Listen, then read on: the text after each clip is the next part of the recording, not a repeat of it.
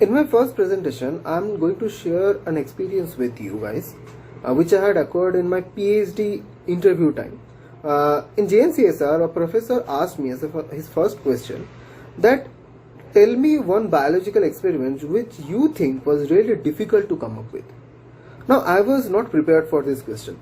I was thinking that something will come like a replication or how is transcription done, what this bacteria, that bacteria. But an experiment which was difficult to come up with, to name an experiment. Now, when you are reading about experiments, when you are doing experiment as a PhD student, you will think some experiments, you will read some experiment, later think that I may have come up with this idea. I could have designed this experiment. For example, Mesenstein and Stahl experiment was such an experiment for me, the semi-conservative nature of DNA replication, the proof. But there was one experiment which till now in my 5th year of PhD, I still think that I may not have come up with such an idea. Because the idea was such simple, elegant, and yet it was so difficult. So let's talk about the idea. The experiment was the Luria-Delbruck experiment in 1953, done by Salvador Luria and Max Delbruck. Now, let me talk about the theory of that experiment. We all know that E. coli grows on LB agar. We also know that there are bacteriophages which can kill this bacteria, that is E. coli. There was one phage named as T1 phage. Now, if you are plating E. coli on a bacterial plate, LB plate, where already T1 phage is present, no E. coli will grow because all this phage will lyse them and kill them. But even in that scenario, scientists saw that there were E. coli colonies which were surviving even in the presence of this stress environment, in the presence of T1 phage. Now, why was that? How was that happening? Because of mutation. It was 1943. All people already knew about mutation. Okay. Now, what was mutation? Mutation was a mistakes in DNA. These mistakes can give a gain in the function of the organism or even in the loss, even in the death of that organism. Now, how the mutation is coming up, how bacteria, how any organism, any cell is acquiring the mutation, that was yet to be understood. But there were two schools of thought. One was Lamarckism. Lamarckism was saying that mutation was environment. Only when the stress comes, cells will, as a response, cell will come up with a mutation. The other school of thought was Darwinism. Darwinism said that any cell can acquire a mutation randomly, spontaneously, at any point of time in the lifespan of the species. It has nothing to do with environment, though later on point we know that stress also plays some role in mutation, but at those point of time, the two schools of thought was Lamarckism, that is environment induced mutation, another was Darwinism, that is spontaneous and random mutation. Okay. Now this was a theory. Now let's talk about the experiment.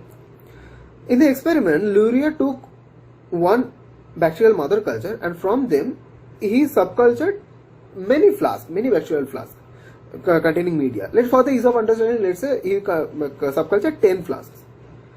And then he plated all of them on LB plates which were containing T1 bacteriophage. And they waited to see the number of resistors coming from each flask. Now, let's talk about the hypothesis of this experiment.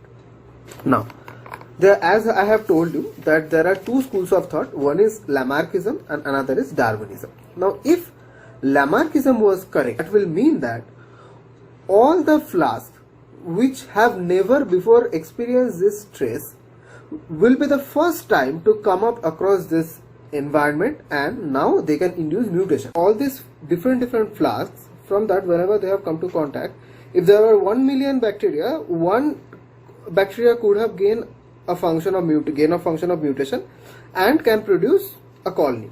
If there were 2 million, there would be 2, 3 million, 3. But still, all the number of colonies will be comparable. But if random mutation generation theory was correct, that means Darwinism was correct, that will mean that any of these flasks can have any bacteria which had gained a mutation which will let them survive in this stress environment, in this adverse situation, in the selection pressure, they have gained that mutation randomly. And because they have gained that mutation of any point of time in the past, 30 generation back, 2 generation back, or even now, different flasks will be having different number of resistors when they will be plated on the T1 bacteriophage containing agar. Okay, so this was the two hypotheses. Now this was the experiment. Experiment was designed, experiment was done, but the amount of data or the nature of data which Luria collected was so random, was huge, and not only that, was so skewed. Now, to analyze that data, he was helpless. He was not able to find any pattern. Then he called his good friend Max Delbruck, and he designed a mathematical model which finally proved that generation of mutation is random.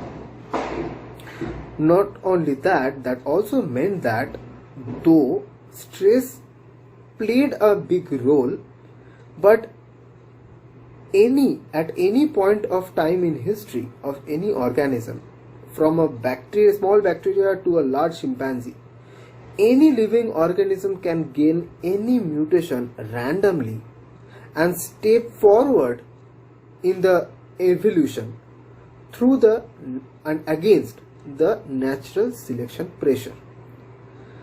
And for this experiment, they both had shared a Nobel Prize. And this is the reason that experiment always stuck with me. And once we had done in our lab to try this experiment, and it was really difficult. The analyzing the data, doing the experiment was really difficult. So the execution was difficult, the idea was difficult to come, and so was the analysis. So this is the reason I thought that this was the most difficult experiment to come in biology. Although I know there are tons of experiments which are even difficult. So I would really like you guys to tell me some experiments which you think was very difficult to come up with and why. So that will be my time. Bye.